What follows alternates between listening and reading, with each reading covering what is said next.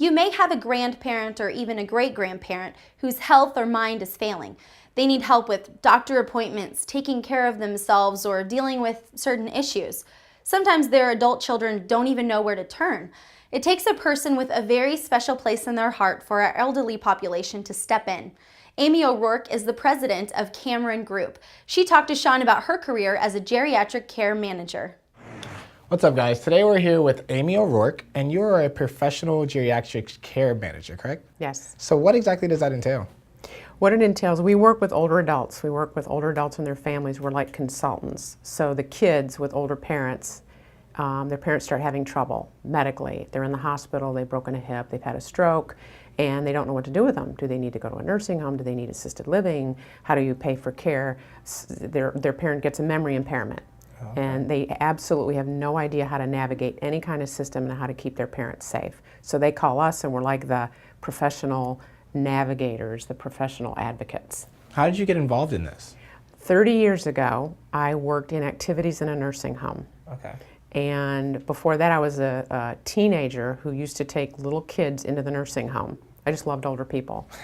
And I worked in activities, and then after that I became an administrator, and then after I was an administrator, I realized that I wanted to work with older people in the field, and I wanted to be more creative with solutions that worked for them. And a lot of them would tell me, I want to live in my own home, I don't want to ever leave my home. And I thought, there's a way to help them achieve that goal and not have to go to a facility if they didn't want to. So what kind of education did you have to get into?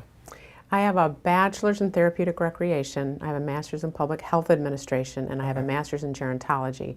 But care managers are social workers and they're nurses predominantly. We're not licensed, but we do have a certification. You have to work 2 years in the field under someone that's certified to be able to sit for the certification exam. Awesome. Now, what type of, there are different types of fields or venues that you can go into in the geriatric care field? You know, there are, what we're seeing right now is a lot of mentally ill people need care management. The developmentally disabled need care management. So professional geriatric care management is our profession, and it's represented by a National Association of Professional Geriatric Care Managers. But sometimes special populations need care managing also. So we find ourselves going into different areas and helping manage special populations care also. What special skills are needed for this field? If I were talking to a group of younger people, I would say if you love working with older people, that because there's so much creativity in the profession, if you love it, you just get this immense satisfaction with what you can actually do. So a love of the older person, resourceful, emotional intuitiveness, kind of being aware of what's not being said. Okay. Those are kind of soft skills. You can get degrees, and the appropriate degrees are in nursing or social work or gerontology or aging studies or health services administration. But more importantly are how do you relate and connect with people. What's something that makes you want to come to work every day? I like the work. That's always good. That's always good. Yeah. So, and I would say that to anybody. There's no price that you can put on liking what you do every day. And people that work with older people are likable people. So I not only like the work that I do, and we get people out of the hospital. We find people to care for older adults in the home. We give the families tremendous sense of relief because we've solved their problem that they've been worrying month after month about. And I like the people that I work with. They're really nice people. So the work's satisfying, and the people that I work with are likable, and we have a really good time.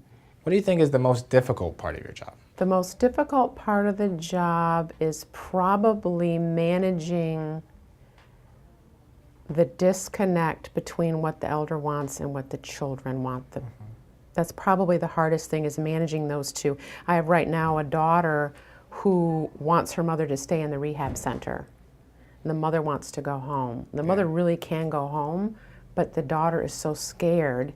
She thinks that if she stays in rehab, she's gonna be safer. Yeah. And that is not necessarily true. So what's some advice or things that some people out there that might be wanting to follow in your footsteps today can start doing, like internships or anything like that? I would say go out and volunteer for a few hours, just get in the field and get a mentor.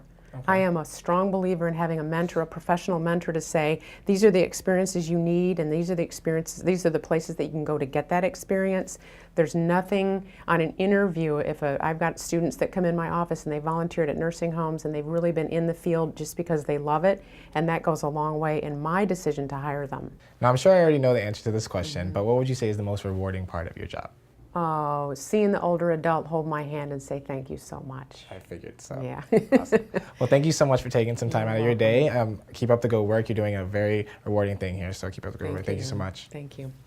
The field of geriatric care is a relatively new one. This career has a good job outlook over the next several years since our elderly population is growing. To enter this field, you should have a genuine love and respect for older people and the desire to be an advocate for them. Patience and experience dealing with this generation are also important. A bachelor's degree in nursing, social work, or psychology is a good basis to enter this career. Several universities now offer majors in the field. For more information on this most fulfilling and worthwhile career, look on today's episode synopsis at rl101.com.